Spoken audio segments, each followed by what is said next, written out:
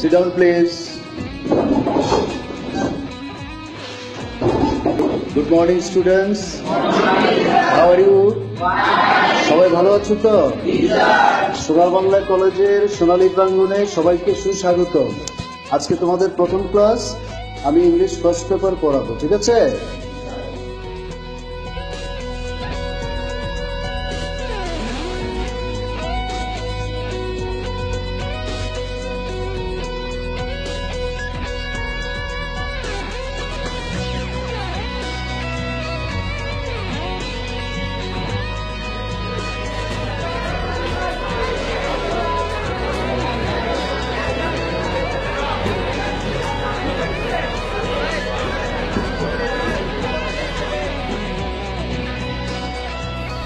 আমি শুভ। আজ আমার কলেজের প্রথম দিন। এসএসসি পরীক্ষায় ভালো রেজাল্ট করার কারণে বিশেষ সুবিধা পেয়ে আমি এই কলেজে ভর্তি হই। যদিও এই কলেজে পড়ার মতো সামর্থ্য আমার নেই, কিন্তু ভালো রেজাল্ট ছিল বলেই এই কলেজে পড়ার সুযোগ পাই।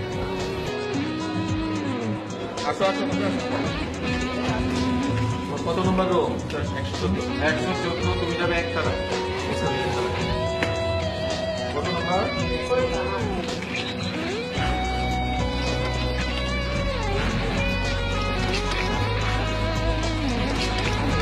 202। এদিকটা যাইয়া দোতলা করতে। দোতলা থেকে রাস্তার সেদিন ওই পাশে। 208 দোতলা। যাও তুমি দোতলা।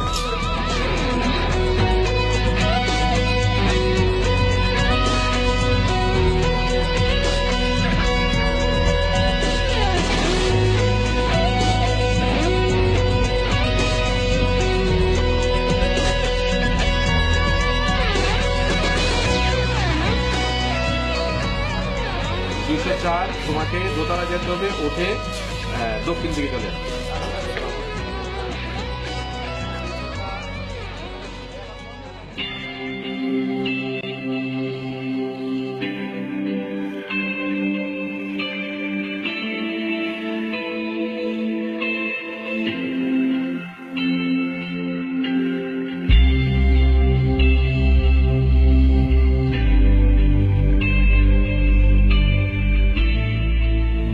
ছোটবেলায় বাবা মাকে হারিয়ে এতিমখানায় বড় হয়েছি। সেখান থেকে পড়াশোনা করে আজ এই পর্যন্ত এসেছি। যদি জানি না এখানে শেষ পর্যন্ত থাকতে পারবো কিনা। এই দুনিয়ায় আমার আপন বলে কেউই নেই, থাকার কোনো জায়গা নেই। তবে কলেজ হোস্টেলে থাকবো বলে সিদ্ধান্ত নিয়েছি, কিন্তু থাকার জন্য প্রতি মাসে টাকা লাগবে। তাই পড়াশোনার পাশাপাশি একটি কাজ করে চলতে হবে। মধ্যবিত্ত ধনী পরিবারের সন্তানদের মাঝে শুধু আমি একজন দরিদ্র, তাই তাদের সাথে ঠিকমতো না মিশে চলাটাই নিজের জন্য ভালো মনে করতাম।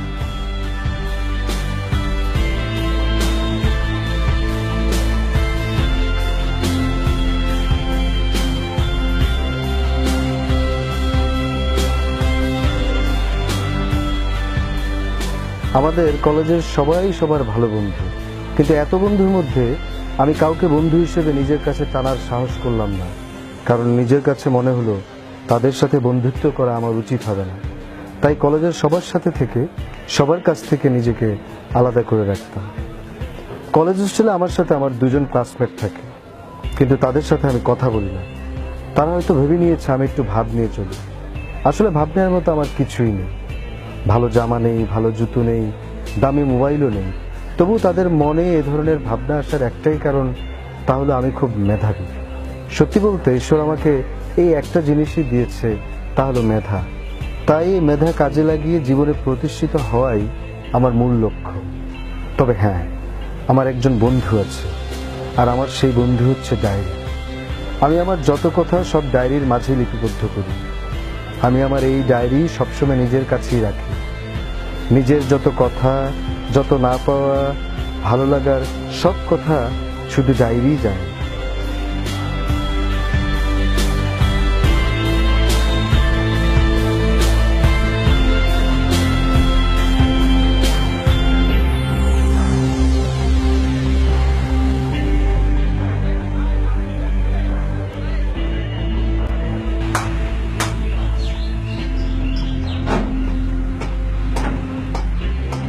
আমাদের কলেজ হোস্টেল থেকে একটু দূরে একটা ওয়ার্কশপ আছে।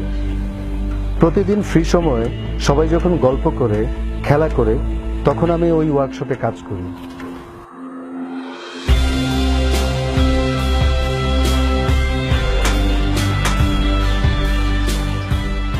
বিনিময়ে যা টাকা পাই তা দিয়ে আমার হোস্টেল খরচ চলে। আমার একগুমের কারণে বন্ধুরা এখন আমার থেকে অনেক দূরে থাকে। দূরে থাকবেই না কেন, কলেজ শুরু থেকে এই পর্যন্ত কখনো তাদের সাথে বসে আড্ডা দিইনি, তাদের কোনো ভ্রমণে এই পর্যন্ত সঙ্গী হইনি। বিকালে আড্ডা কিংবা খেলার মাঠে আমি কখনো তাদের পাশে ছিলাম না। পাশে থাকবো কি করে? যেই সময়টা তারা আড্ডা দিত, সেই সময় আমি নিজের খরচ জোগাতে ব্যস্ত থাকতাম। আমি কখনো তাদের কাছে আমার নিজের অসহায়ত্ব প্রকাশ করতাম না। নিজের কষ্টের কথা নিজের মুখে বলতে ভীষণ লজ্জা লাগে। তাই নিজের সব কথা আমার সবচেয়ে প্রিয় বন্ধু আমার সেই ডায়েরির মধ্যে লিপিবদ্ধ করি। এমন করে আমি আমার কলেজ জীবন পার করতে থাকি। কিন্তু হঠাৎ আলো হারিয়ে আধার এসে পড়ে আমার কাছে। যেই ওয়ার্কশপে কাজ করে আমি টাকা জোগাড় করতাম, অনিবার্য কারণে সেই ওয়ার্কশপটিও বন্ধ হয়ে যায়। এরই মধ্যে আমার কলেজের ফর্ম ফিল আপের সময় চলে আসে। কলেজ হোস্টেলে অনেক বকেয়া পড়ে যায়। স্বভাবগত কারণে আমি খুব লাজুক বলে লজ্জায় আমি কারো কাছে সাহায্য চাই না। আমার কাছে কেন জানি মনে হয় সবাই আমাকে করুণার দৃষ্টিতে দেখবে, কিন্তু আমি কারো করুণা চাই না। হয়তো অসহায় বলে কারো ভালোবাসার সাহায্য পাই না। কি করব? কোনো কিছু যখন বুঝে উঠতে পারলাম না, তখন সিদ্ধান্ত নিলাম পড়ালেখা ছেড়ে দিয়ে চলে যাব। তাই সবার চোখের আড়াল হয়ে ব্যাগ গুছিয়ে চলে গেলাম রেল স্টেশন। রেল স্টেশনে বসে বসে ভাবছি কোথায় যাব, কি করব। যদি ফাইনাল পরীক্ষাটা দিতে পারতাম তাহলে জীবনের একটা গতি পেতাম।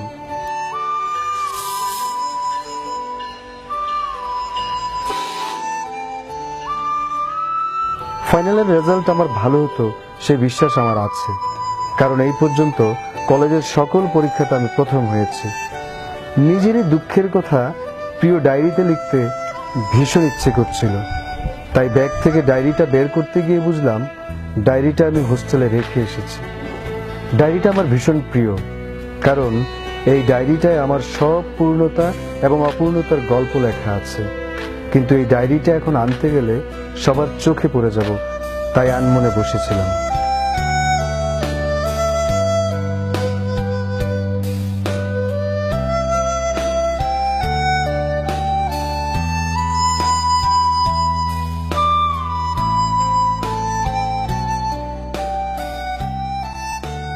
ছেলেটি নিজের দারিদ্রতার কথা এতদিন আমাদের মাঝে লুকিয়ে রাখলো। আমরা কেউ বুঝতে পারলাম না। টাকার অভাবে এমন একটা মেধাবী ছাত্র পরীক্ষা দিবে না? না, এটা হতে পারে না।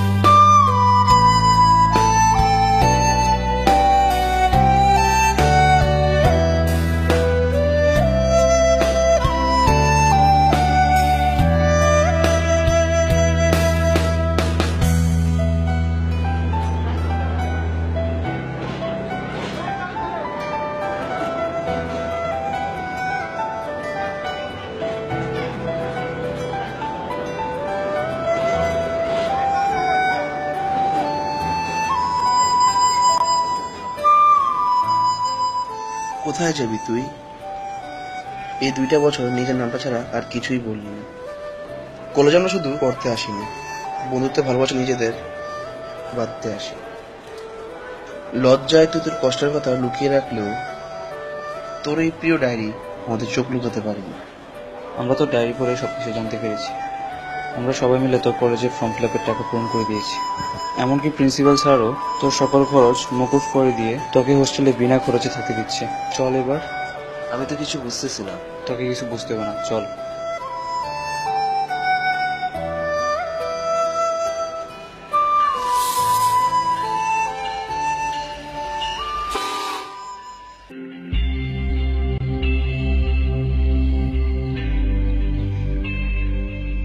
আমার বন্ধুদের ও প্রিন্সিপাল স্যারের ভালোবাসার সাহায্যটুকু পেয়ে আমার জীবনে নতুন মাত্রা যুক্ত হলো। প্রিন্সিপাল স্যার রোজ তার সাথে দেখা করতে বলতেন, আমার যে কোনো সমস্যায় তাকে জানাতে বলতেন নির্দ্বিধায়। তারা থেমে থাকেনি, নির্যাতিত হয়েছে, লড়াই করেছে, জীবন দিয়েছে, আবার তারা স্বাধীনতা ছিনিয়ে এনেছে। এই হচ্ছে আমার তোমার পূর্বপুরুষের গৌরব উজ্জ্বল ইতিহাস। সেই ইতিহাসের উজ্জ্বল প্রজন্ম, উজ্জ্বল উত্তরাধিকার হচ্ছে আমরা। আমার তরুণ প্রজন্মের প্রিয় শিক্ষার্থীরা, তোমরা জেনে খুশি হবে, আমার আগের অনেক বক্তা, বিশেষ আমার শিক্ষার্থীরা যারা বক্তব্য রেখেছে, তারা অত্যন্ত চমৎকার ভাবে তাদের প্রাণের আকুতি এখানে প্রকাশ করেছে। আমাদের শিক্ষকদের মধ্যে জনাব আনোয়ার হোসেন অত্যন্ত চমৎকার করে সেই বিজয়ের ইতিহাস তোমাদের সামনে বর্ণনা করেছেন। জনাব হায়াত আলী এবং জনাব মাসুদ পারভেজ চমৎকার ভাবে বিভিন্ন নিরিখে আমাদের বিজয় দিবসের তাৎপর্য তোমাদের সামনে উপস্থাপন করেছেন।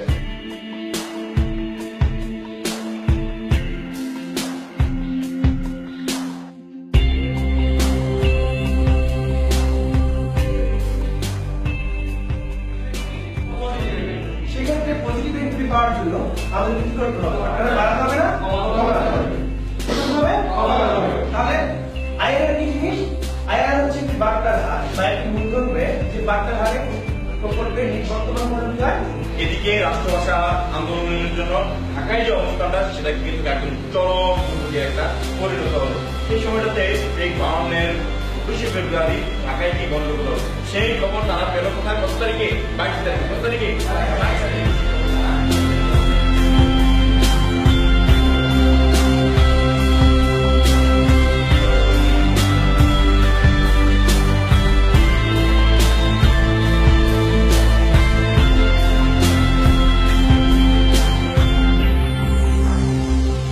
পরীক্ষায় ভালো রেজাল্টের জন্য প্রস্তুতি নিতে লাগলাম। কলেজের সব বন্ধুরা রোজ আমার খবর নিত। এমনি করে বন্ধু ও শিক্ষকদের ভালোবাসা পেয়ে আমি আমার কলেজ জীবন শেষ করি। সুপ্রিয় শিক্ষার্থীরা, আমি উচ্চ মাধ্যমিক পরীক্ষায় একটা ভালো ফলাফল করলাম। অতঃপর সহপাঠী বন্ধুদের সহযোগিতায় আমি একটি বিশ্ববিদ্যালয়ে ভর্তির সুযোগ পাই এবং সেখান থেকে স্নাতকোত্তর সম্পন্ন করে আমি এই কলেজে শিক্ষকতার মহান পেশায় নিজেকে নিয়োজিত করি। যে কলেজে আমি পেয়েছিলাম শিক্ষার উপযুক্ত একটি পরিবেশ, কিছু সহমর্মী, সহানুভূতিশীল, সর্বোপরি বন্ধুবৎসল একদল সহপাঠী। প্রিয় শিক্ষার্থীরা, আমি এই কলেজকে ধন্যবাদ জানাই। এই কলেজের প্রতি আমার আন্তরিক কৃতজ্ঞতা বোধ এই কারণে যে এই কলেজ আমার যোগ্যতা, আমার মেধাকে মূল্যায়ন করেছে এবং আমাকে এখানে মহান পেশায় নিয়োজিত থাকার সুযোগ করে দিয়েছে। একই সাথে আমি কৃতজ্ঞতা প্রকাশ করছি আমার সেই সব সহপাঠীদের প্রতি যারা আমাকে উৎসাহ জুগিয়েছিল এগিয়ে চলার ক্ষেত্রে, যারা ছিল আমার সমস্ত অনুপ্রেরণার উৎস, যারা আমাকে সাহায্যের হাত বাড়িয়ে আমার দুঃসময়ে পাশে ছিল, আমার সেই সহপাঠী বন্ধুরা, তাদেরকে আমি আজকে স্মরণ করছি, তাদের প্রতি কৃতজ্ঞতা প্রকাশ করছি। সুপ্রিয় শিক্ষার্থীরা, তোমাদের মধ্যে, তোমাদের সহপাঠীদের মধ্যে যারা পিছিয়ে পড়ে যায় তাদেরকে সবসময় সহযোগিতা করবে, তাদের প্রতি সহানুভূতিশীল থাকবে এবং প্রয়োজনে তাদের পাশে দাঁড়াবে। আমি তোমাদের সর্বাঙ্গীন সফলতা কামনা করছি। একই সাথে আমি প্রার্থনা করছি স্রষ্টার কাছে আমার সেই সহপাঠী বন্ধুরা তারা ভালো থাকবে, তাদের জীবন সাফল্যে ভরে উঠবে। ধন্যবাদ, খোদা হাফেজ। আজকের মতো এখানেই থাকলো। তোমাদের সাথে আমার নেক্সট ক্লাসে দেখা হবে।